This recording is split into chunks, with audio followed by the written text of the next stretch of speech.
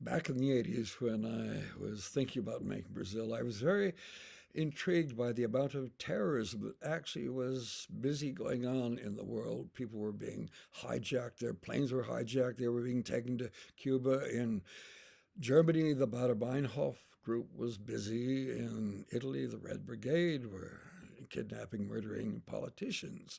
That's proper terrorism. Anyway, in South America, the government was behaving more like terrorists. They were incarcerating people, throwing people in jail for next to nothing. And this contrast made me started thinking, what happens if one creates a big organization that its job is to combat terrorism, to find, hunt them down, and torture them into confessing whatever crimes they've done.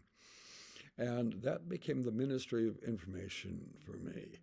Then I began to think, what if in fact there are no terrorists, that the organization just maintains the myth of terrorism to keep themselves in business? Add to this, we bring in a little guy called Sam Lowry, who is well connected and yet is not rising in the system, a man who doesn't want to take responsibility.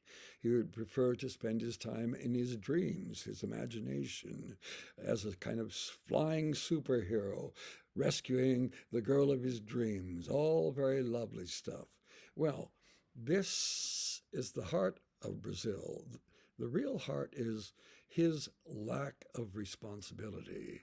Sam busy daydreaming rather than not accepting the responsibility for working within this particular organization. And that's why, in the end, he is punished. But he's punished with a happy ending.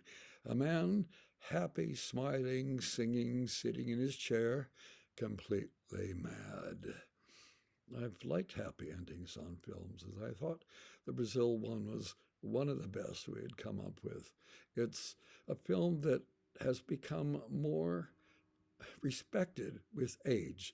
When we made the film, the audiences were walking out in droves.